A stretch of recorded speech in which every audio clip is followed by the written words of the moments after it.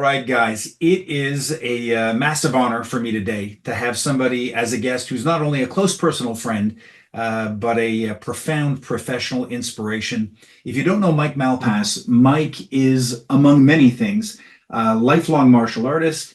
He is a former heavyweight kickboxing champion. He is a retired SWAT officer with Arizona PD. And if it wasn't enough, he's also now become a world-renowned author and expert on performance optimization. Today, we're going to talk very briefly about Mike's varied career and try to give you some insights and some concrete takeaway tips that you can use in your own training and your life beyond. Mike Malpass, how are you today? I'm great. How are you? Oh man, it is fantastic. It is a blustery -10 in Montreal. What's the weather in Phoenix today? I think we got about 83 degrees and sunny. It's absolutely gorgeous here today. Terrified. We have an ice storm on the way. Mike, I want to get right down into it. I know you've done a lot of podcasts, a lot of interviews, and we know each other very well. But my goal today is really to get in the weeds and give some very specific sort of tips and strategies to people. So let's start in the very beginning. How did you get started in the martial arts? Well, we moved a lot when I was a kid, and my older brother, has that magnanimous personality where he can go into a room and in 10 minutes he has 100 friends. I do not possess that, so I've always been a little bit more quiet. I read a lot. I was an athlete, but I read a lot. I'm kind of a little bit used to be a little bit more laid back, and I have this look that just makes people want to punch me in the face, apparently. So whenever we moved, invariably within a day, the bully was always picking on me. And I learned early on that it was better to either just fight and take the whooping, or or live under the consequences of being bullied all the time. And I had an uncle who basically told me, if you're going to get into fights, you might as well learn how to fight. So Good information. that's kind of what Now, started.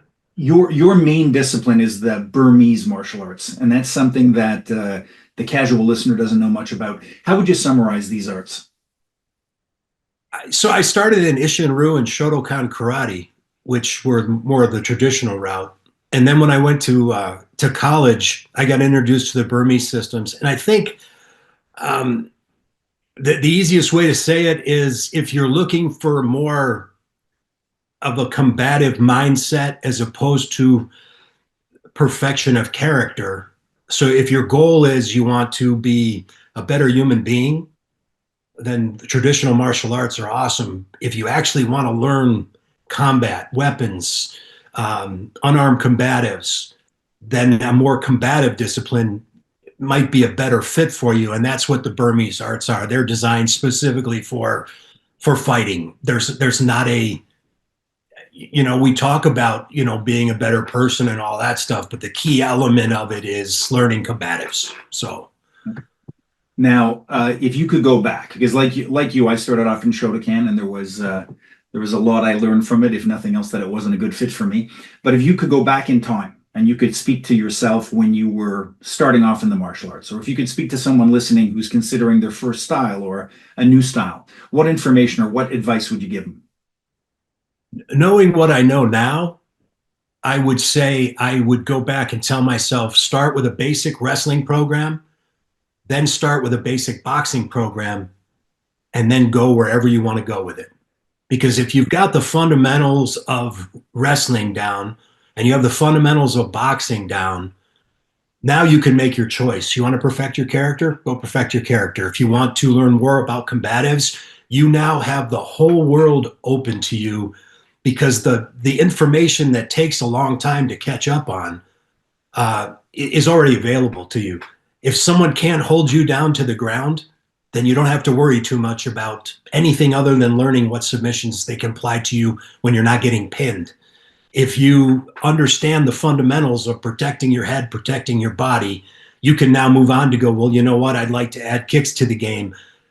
But if you understand those fundamentals of the ground and the fundamentals of boxing, you pretty much have everything you need. You have the higher strategic goal. Now you're just filling in your what would be like your adaptive goals and your implementation goals.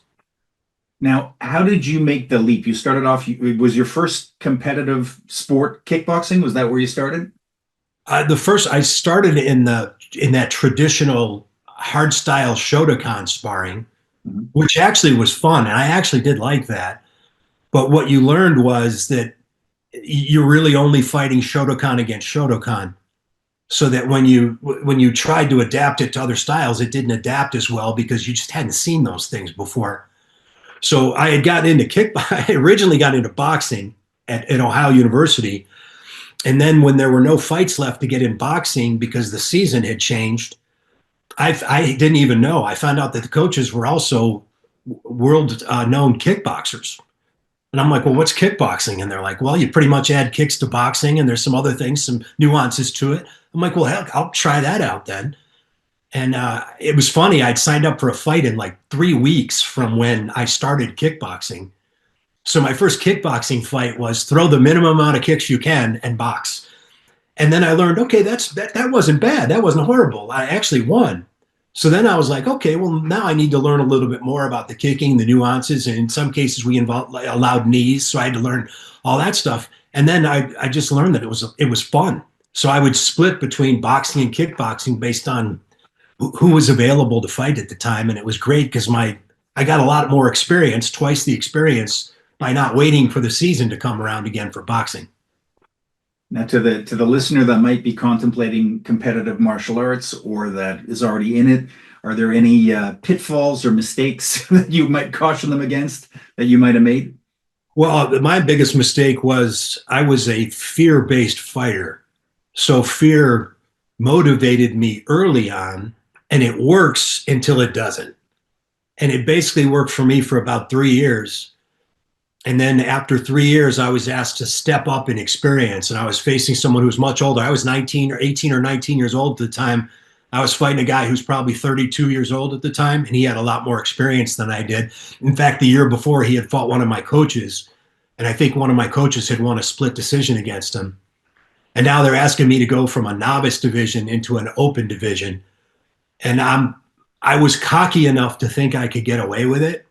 And 45 seconds into the first round, I was on my ass. I walked right into an overhand right, trying to throw a lead hand left hook.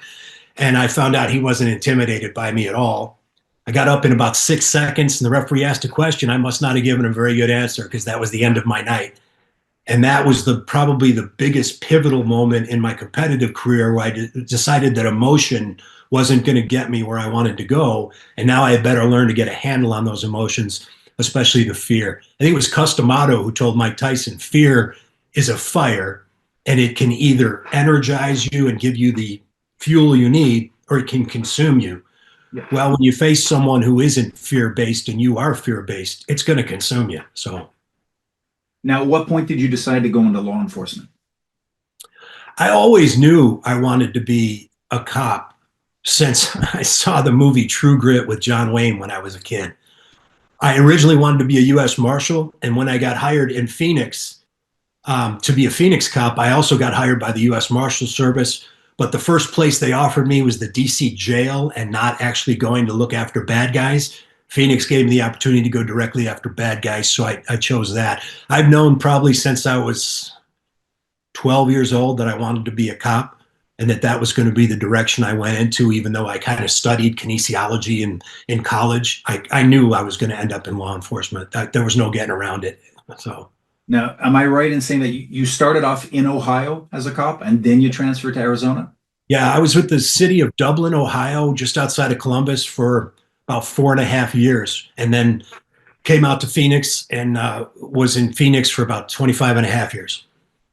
I remember you told me a story about in Ohio. I think one day your gun was in your holster, and that Yes. was a helpful deciding factor in moving to Arizona. But that's a massive difference in climate. What would you say tactically would be the biggest influence climate plays in two areas like that?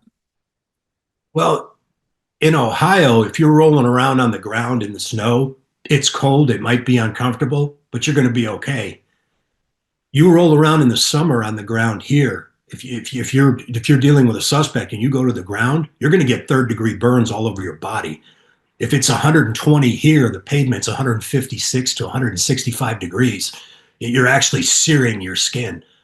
And when we've taken people into custody here in the summertime, you have roughly 10 seconds to get them into custody before the burns start happening and you start smelling the cook off of their skin on the pavement. So you don't have a lot of time to deal with the ground here on pavement. It's incredibly hot and uncomfortable. So, and then now you're wearing your gear here. So depending on how much gear you wear, when it's 115 degrees plus, you're very limited in how much time you can be out there before it starts to exhaust you. Now, you were, I think, fair to say, active SWAT in a very active SWAT unit. You saw a lot of action. That's got to place a tremendous burden on your physical being and also on sort of emotional ties to your family, your wife, your kids. What advice would you give to soldiers, law enforcement, or any professional that has to deal with that kind of stress? Make the most of the time you do have because you're going to miss a lot. I mean, I missed a lot of birthday parties, anniversaries. I got called out once on my daughter's birthday, and I wasn't even on call that day. But my daughter heard my Nextel phone go off, and they needed people. And it was a little girl being held hostage, and my daughter didn't feel comfortable with me celebrating a birthday with her while a little girl was being held hostage. So she asked me to go in, and I went in on a hostage rescue on my daughter's birthday.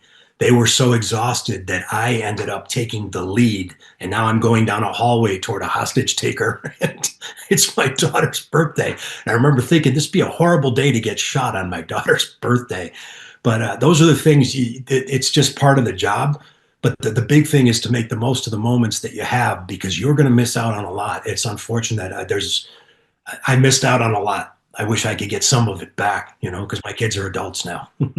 I remember the first time after we trained together in Phoenix, we're at your place. You had a lot of your SWAT team with you.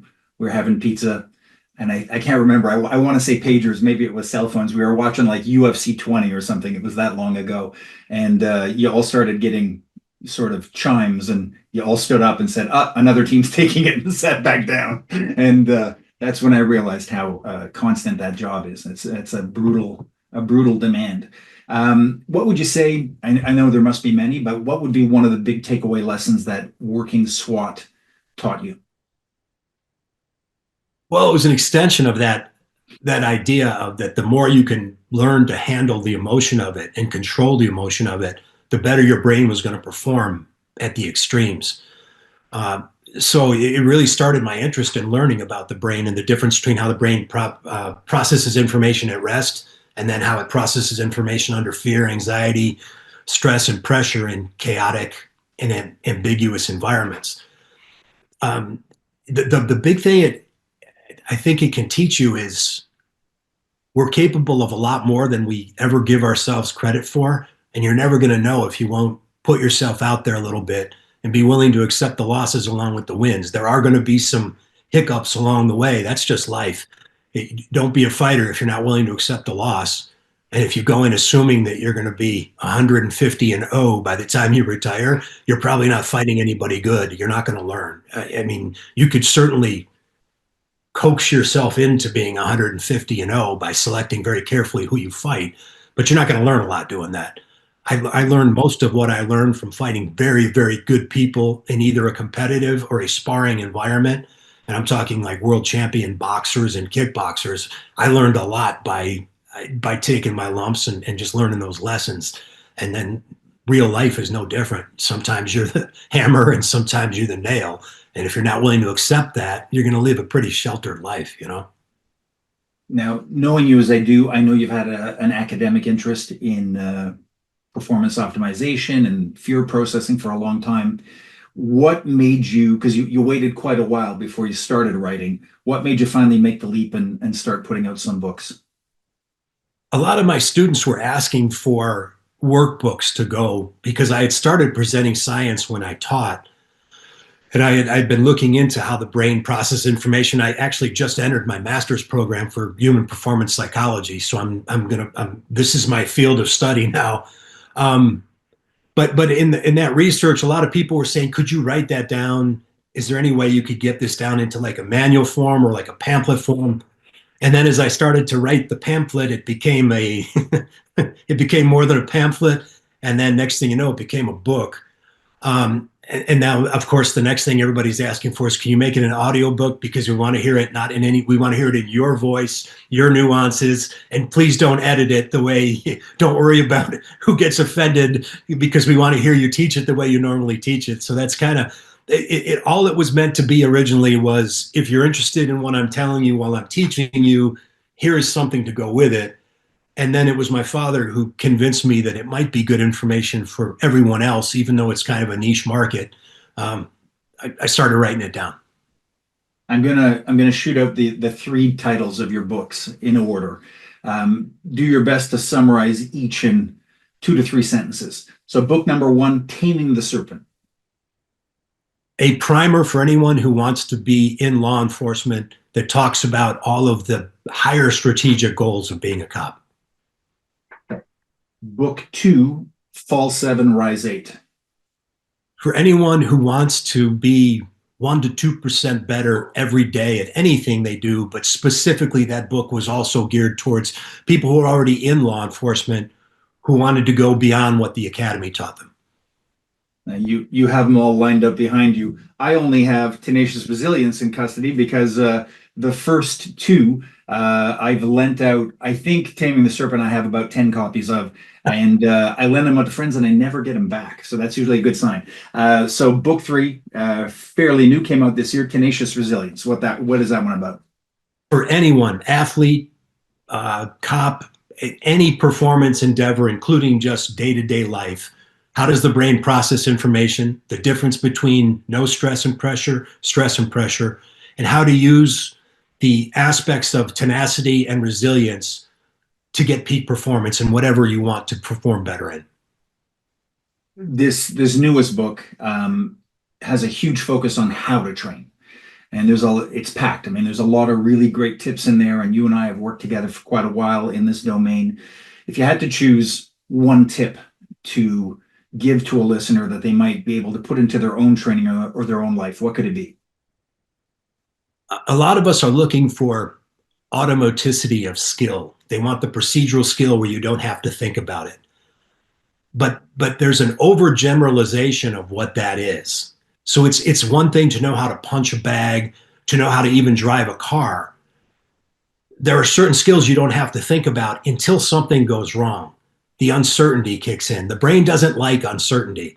It changes everything in how you process information when the brain is incredibly uncertain. The more uncertainty that you can introduce into your training so that the predictive brain learns to predict that there is going to be uncertainty, but we can manage it, is going to be a whole lot better than looking for perfect technique, perfect form, and always being right. That idea of perfect practice makes perfect. No, perfect practice might make perfect demonstration, but it does not make perfect application. And if you're looking for application, then you're going to need to put some uncertainty into the mix so that your brain can get used to making those predictions, as opposed to worrying about, am I always right? If that makes sense. Absolutely. Now, we obviously share a lot of beliefs and approaches. I've been hugely inspired by you. One thing I get, whether I'm pitching programs to agencies or whether I, have other instructors approaching me, is this fear of how do I integrate sort of an ecological approach, or how do I become more open when we have, budgetary concerns and measurements and metrics and all the rest of it. What advice would you give to trainers or to individuals who are trying to integrate some of these concepts? Well, the easiest thing, the way to look at it is, like, for instance, if I was designing a defensive tactics program, I can encompass everything there is in defensive tactics in 5 drills. 5 drills, it really is it. What you do with those drills is what matters. But if you think about it, fighting is simply, I'm either going to close the space or I'm going to keep the space open. So we do drills for both of those. That's drill one. Drill two, we're going to be in some form of a clinch. There is going to be some form of a connection. Can I control that connection? Within that connection, if I can pass and take his back, I'm going to have better control. So there's 2 drills right there. Drill 3, if I can pass and take control from the back of the person, how do I put him on the ground? If I can't get behind them, are there still ways for me to put them on the ground? There's drill 3. Drill 4, I'm either on top on the ground controlling you, or drill 5, you're on top of me. Show me any aspect of fighting that isn't covered in those 5. Now, if I teach those 5 drills first with no other instruction whatsoever, it's going to look horrible. But you're going to start to answer questions for yourself, or you're going to start to ask the right questions. And I'm not going to give you the answer. I'm going to help you find a performance answer within those drills. If within these 5 drills, you then teach your defensive tactics, whatever techniques you want to put in, what you're basically explaining to them is that within the 5 drills are your higher strategic goals. Within your higher strategic goals, you're going to have to take adaptive measures based on what the other person does. And this can include weapons, because I can include weapons in the same drills for law enforcement officers as opposed to like a sportive MMA one. And then your implementation controls, those are the things that automatize well. Those are the reflexive actions. If he does this, then I do this. When everything's going well, your procedural automatic stuff works just fine.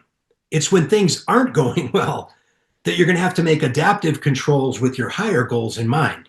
So if I start with the idea of breaking down those higher goals, which is what the 5 contexts are, and then I give you ways of playing the games, and sometimes I introduce techniques, sometimes I don't. A lot of constraints that people are like, you don't need to teach technique. I do. If it solves a specific problem or it starts a game in a certain way, I'm not into the complete, oh my God, it has to be this pure form. But what I want you to understand is that you have higher strategic goals. There are situations that occur where you have to change your goals. And then there are your implementation goals. That's the stuff that tends to automatize pretty well. So if you think about it, if let's say we were going on a race, a 50-mile bike course to a lake on top of a mountain, our higher strategic goal is to get from here to the lake. On our way, adaptive measures, situational things are going to happen. Boulders in the way, trees falling down, and we're going to have to solve specific problems. The general riding of the bike is automatic. We can do that.